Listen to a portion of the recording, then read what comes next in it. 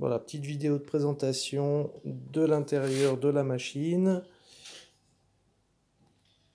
Voilà, donc ici on a une diode. De l'autre côté, la même. Donc le fil bleu et vert qui alimente la diode. Donc on le remonte et qui allume également les phares du haut. On a les contacteurs du levier de vitesse ici. Donc, et là pour le blanc.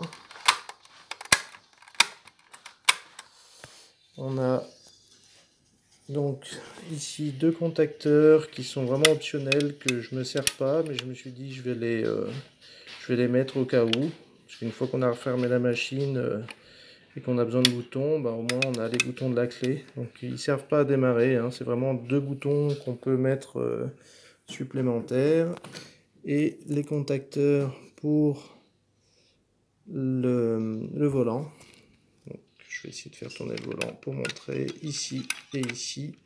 Donc normalement les contacteurs ils sont tous vissés, donc ils ne devraient pas bouger. Celui-ci est vissé, celui-ci il est collé à la néoprène et à la colle chaude. Ceux-ci aussi sont à la néoprène et à la colle chaude. Celui-ci il est vissé, il ne peut pas bouger.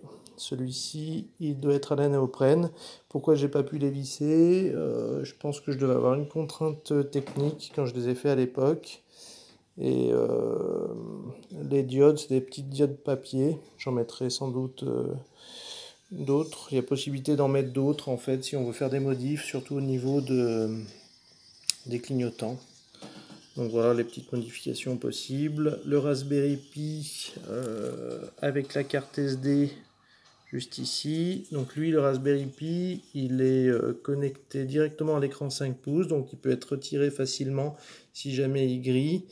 Et l'écran, lui, tous les fils sont soudés sur l'écran, qui correspond en fait au GPIO du Raspberry.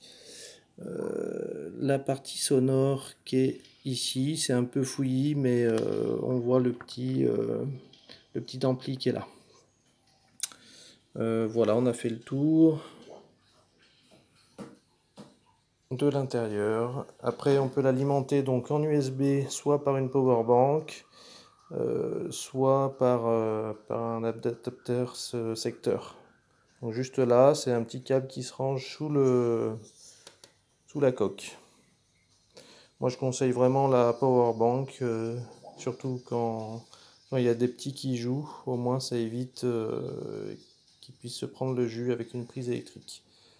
Et j'ai fait un compartiment qui peut loger une power bank si on a une power bank qui est adaptée.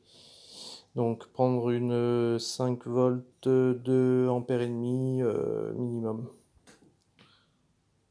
Voilà.